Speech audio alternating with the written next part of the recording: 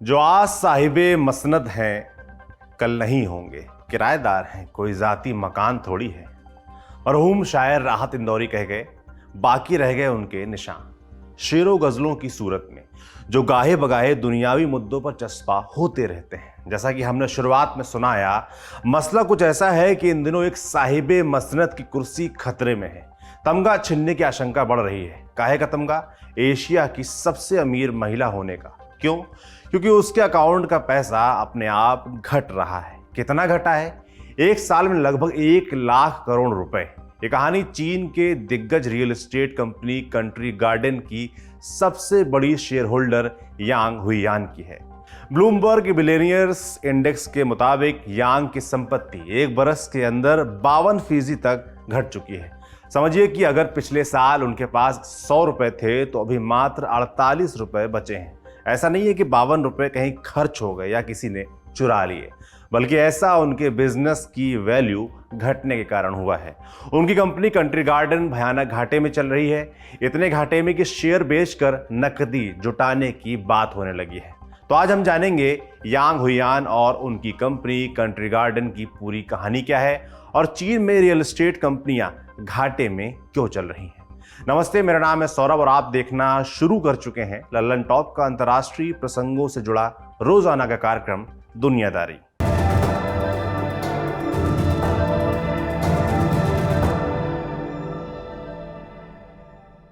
आज के दिन हम चीन के प्रॉपर्टी क्राइसिस पर बात करेंगे। पहले एक चक्कर चीन का लगा लेते हैं। चीन भारत के उत्तर में है, बीच में हिमालय पड़ता है। आधिकारिक नाम पीपल्स रिपब्लिक ऑफ चाइना। आबादी लगभग 140 करोड़, दुनिया में सबसे अधिक।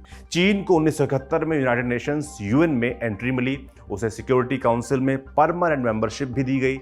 इससे पहले यह अधिकार रिपब्लिक ऑफ चाइना ताइवान के पास था। मौजूदा शासन एक दलीय व्यवस्था। पार्टी का नाम communist party of China CCP.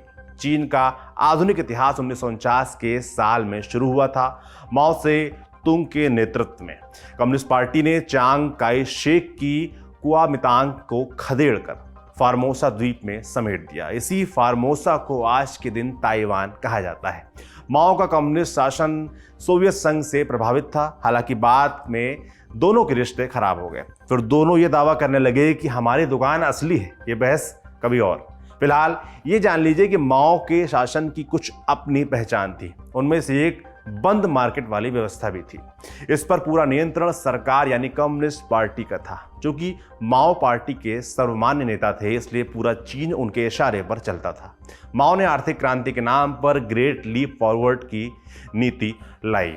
ये पॉलिसी बुरी तरह फेल हुई, लेकिन चीन में माओ के शासन में माओ का विरोध करना असंभव था, इसलिए नीति को बदला नहीं जा सकता था। फिर आया साल 1976 का। 9 सितंबर को माओ की मौत हो गई। 2 बरस बाद डेंग जियाओपिंग सत्ता में आया। जियाओपिंग को तियानमेन स्क्वायर में प्रदर्शनकारियों पर टैंक चलवाने के लिए याद किया जाता है। हालांकि उसकी 2 अलग पहचान और भी हैं।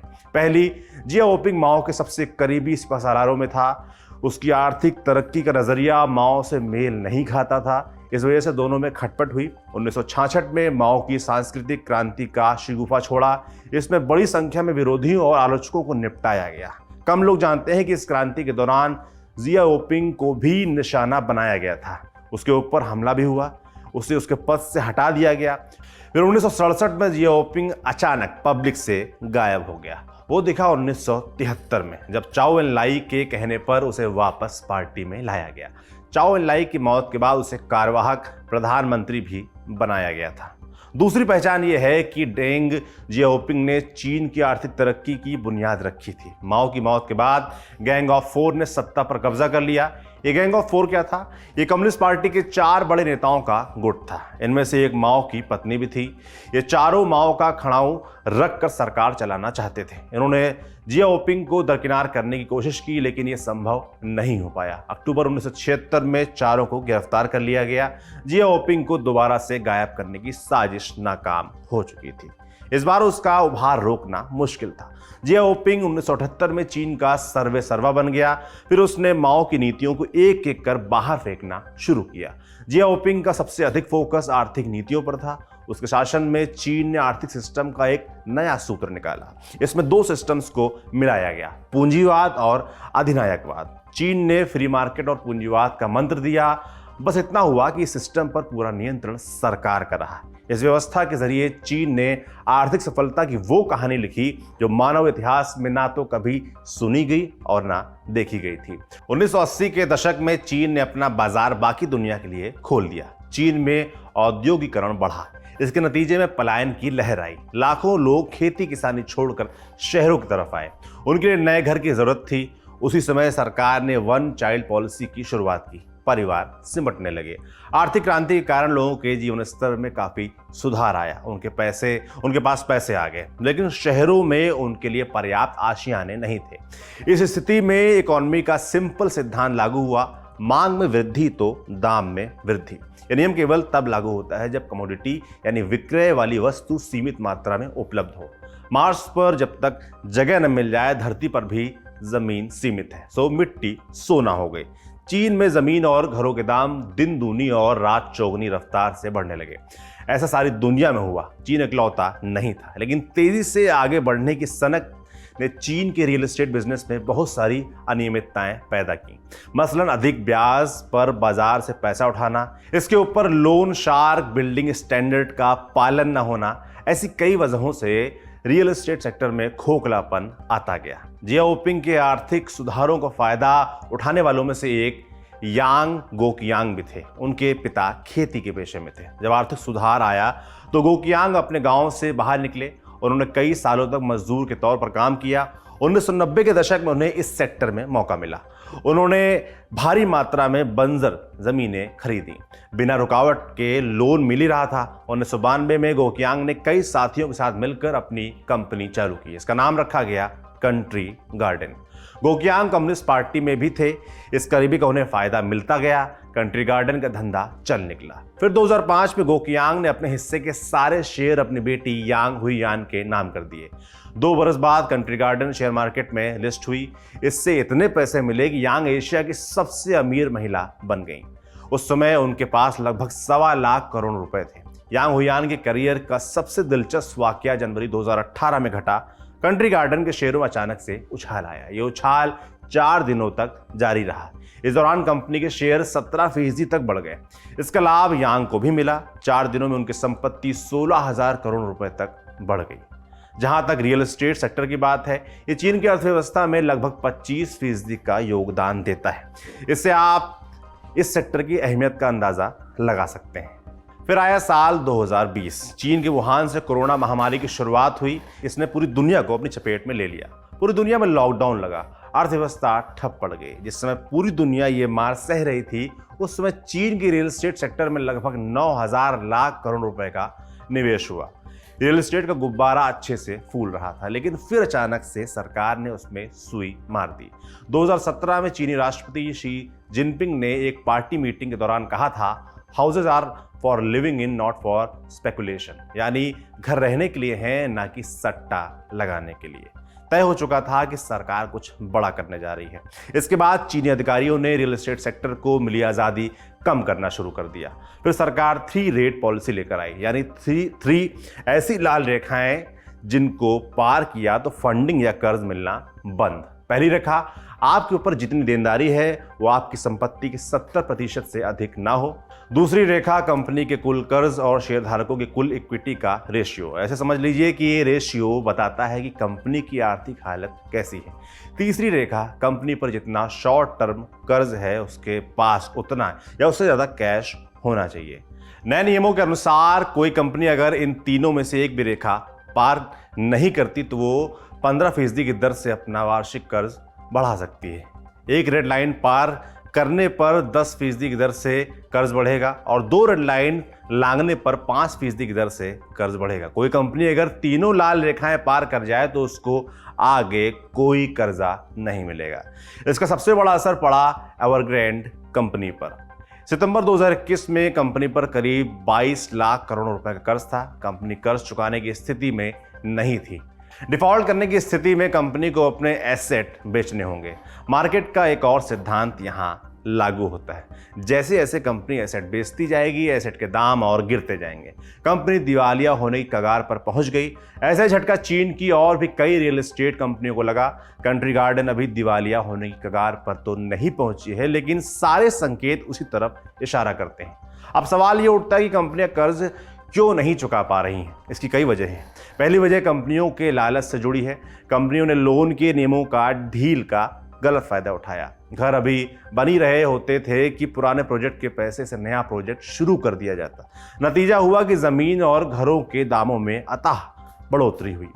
दूसरी वजह सट्टा बाजार बना। रियल एस्टेट के दाम बढ़ने का एक बड़ा कारण था सट्टा बाजार। चीन में प्रॉपर्टी निवेश का सबसे आम जरिया है, इसलिए लोग प्रॉपर्टी खरीद कर कुछ साल बाद इसे बेच देते हैं। इसका नतीजा हुआ कि शहर के शहर खड़े हो गए जिनकी बिल्डिंग में कोई रहता ही नहीं था।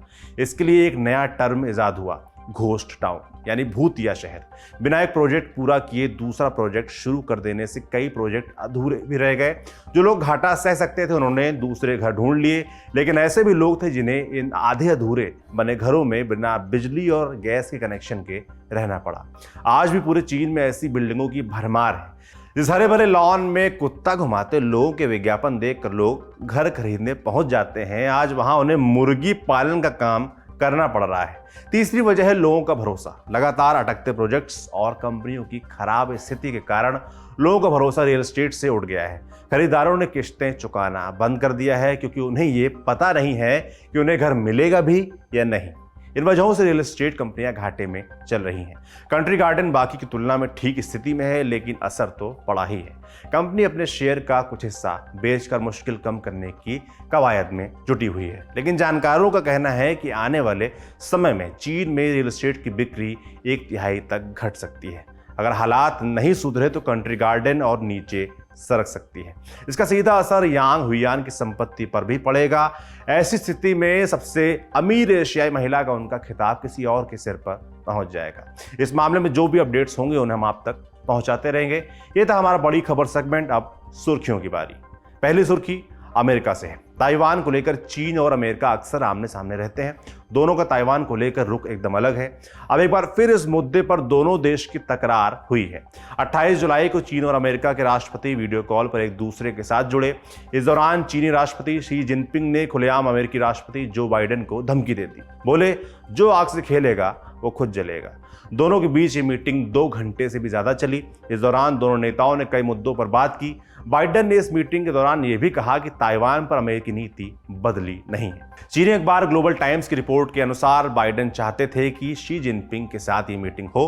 दोनों देशों के बीच और क्या बात हुई, अमेरिकी व्हाइट हाउस की तरफ से बताया गया कि मीटिंग में ताइवान के अलावा दोनों नेताओं ने जलवायु परिवर्तन और स्वास्थ्य सुरक्षा सहित कई दूसरे मुद्दों पर भी चर्चा की। साथ ही दोनों नेताओं ने फेस टू फेस मीटिंग को लेकर भी इच्छा जाहिर की है। अगर ऐसा हुआ तो बाइडेन के कार्यकाल में जिनपिंग के साथ पहली आमने सामने वाली ये मुलाकात होगी। मीटिंग के बाद व्हाइट हाउस का भी बयान आया। इसमें कहा गया कि अमेरिका डोनाल्ड ट्रंप के दौर में चीन पर लगाए प्रतिबंधों को खत्म कर सकता है।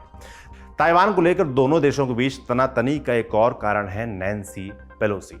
नैन्सी अमेरिका के निचले सदन माने हाउस ऑफ रिप्रेजेंटेटिव की स्पीकर हैं। पिछले कई दिनों से नैन्सी के ताइवान दौरे की अफवाहें तेज हैं। चीन नैन्सी के संभावित दौरे को लेकर नाराज है। चीन ने कहा है कि अगर नैन्सी ताइवान का दौरा करती हैं तो इसको लेकर अमेरिका को गंभीर परिणाम भुगतने होंगे। ताइवान को लेकर दोनों देशों के बीच क्या विवाद है, अभी समझते हैं। पहले बात करते हैं चीन की। चीन मानता है कि ताइवान उसका ही एक प्रांत है। चीन उसे वापस अपना हिस्सा बनाने की मंशा रखता है। दूसरी ओर ताइवान खुद को एक आज़ाद मुल्क मानता है। उसका अपना संविधान है और वहाँ लोगों द्वारा चुनी हुई सरकार का शासन है। ताइवान चीन के दक्षिण पूर्वी तट की तरफ बसा एक द्वीप है। उस इलाके में कई और देश हैं जो अमेरिका समर्थित माने जाते हैं। ऐसे में अमेरिका की विदेश नीति के लिहाज से ये काफ़ी अहम हो जाता है। अगर चीन ताइवान पर कब्जा कर लेता है तो वो उन देशों पर अपना दबदबा नहीं रख पाएगा। आज का दुनियादारी यहीं पर समाप्त होता है। अब अगले हफ्ते फिर मुलाकात होगी। देखते रहिए दी लल्लन टॉप। शुक्रिया।